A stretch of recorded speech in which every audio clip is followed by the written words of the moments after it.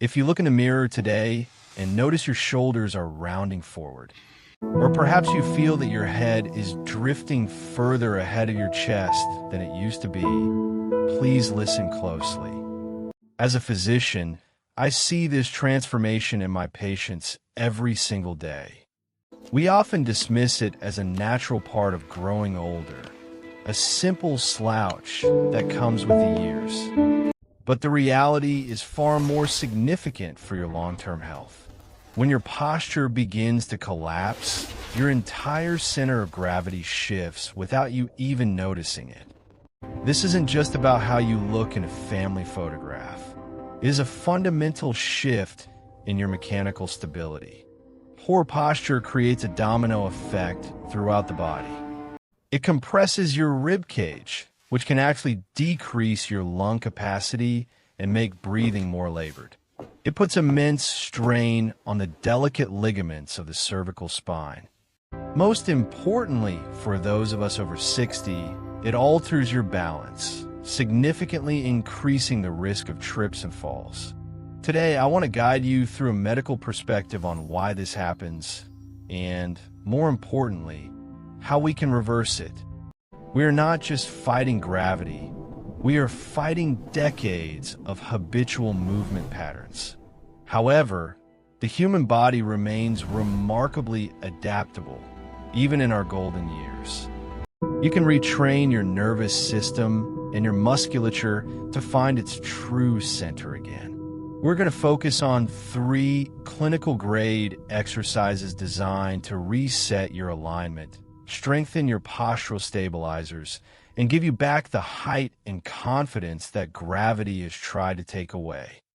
Let us begin with our first foundational movement, the wall posture reset. In my clinic, I call this the gold standard for postural awareness. The reason we use a wall is that the human brain often loses its sense of where straight actually is.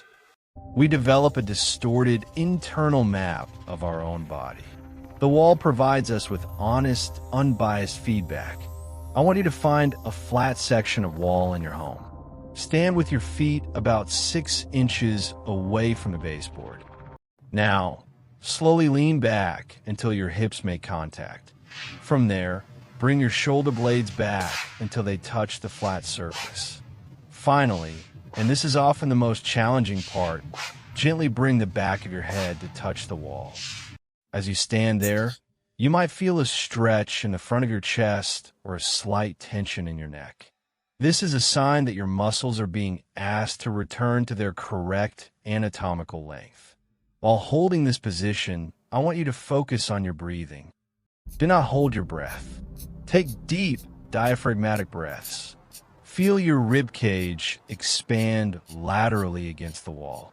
We hold this for 30 seconds. It serves as a neurological reset button. It reminds your brain what a neutral spine feels like. If you cannot get your head to touch the wall without tilting your chin up, do not force it. Simply go as far as your current range allows. Over time, as we loosen the tight tissues in the front of your neck, that gap will close. This simple 30-second reset, performed 3 to 4 times a day, can do more for your balance than almost any other static stretch. Moving forward, we must address the weakness that typically develops in the upper back. This leads us to exercise number 2, the shoulder blade squeeze, technically known as scapular retraction. As we age, the muscles between our shoulder blades, the rhomboids, and the middle trapezius tend to become overstretched and weak. They essentially fall asleep because we spend so much of our lives reaching forward, whether we're driving, cooking, or typing. When these muscles lose their tone, the heavy weight of our arms pulls our shoulders forward into that characteristic slouch. You can perform this either sitting tall in a firm chair or standing up. I want you to imagine there is a small lemon placed right between your shoulder blades. Your goal is to gently squeeze that lemon by pulling your shoulders back and slightly down. It is vital that you do not shrug your shoulders up toward your ears. We want to keep the neck long and relaxed. As you pull those blades together, you should feel a firm contraction in the center of your back. Hold this squeeze for a full 5 seconds. Feel the muscles engaging. Feel the front of your chest opening up, allowing your heart and lungs more space to function. After 5 seconds, release slowly and under control. We aren't just moving, we are building muscle memory. By repeating this 10 times, you're telling those back muscles that they need to wake up and do their job of supporting your frame. This exercise is your internal corset. It is what keeps you upright when you aren't thinking about your posture.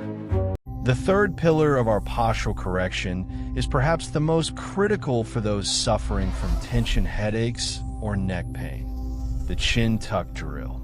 In the medical world, we often talk about forward head carriage.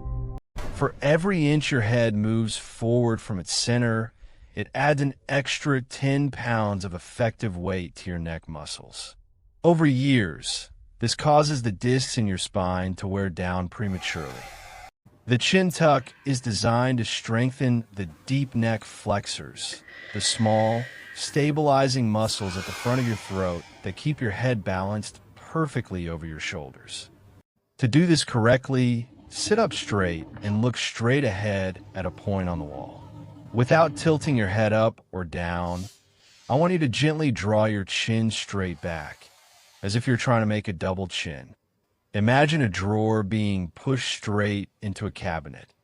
You should feel a gentle stretch at the base of your skull and a firming sensation in the front of your neck. It is a subtle movement, usually only an inch or two, but the impact is profound. Avoid the temptation to look down at the floor. Keep your gaze level. This drill realigns the cervical vertebrae and takes the tremendous mechanical pressure off the nerves in your neck. Hold each tuck for about 3 seconds and then relax. This is an exercise you can do anywhere, while stopped at a red light or while watching the evening news.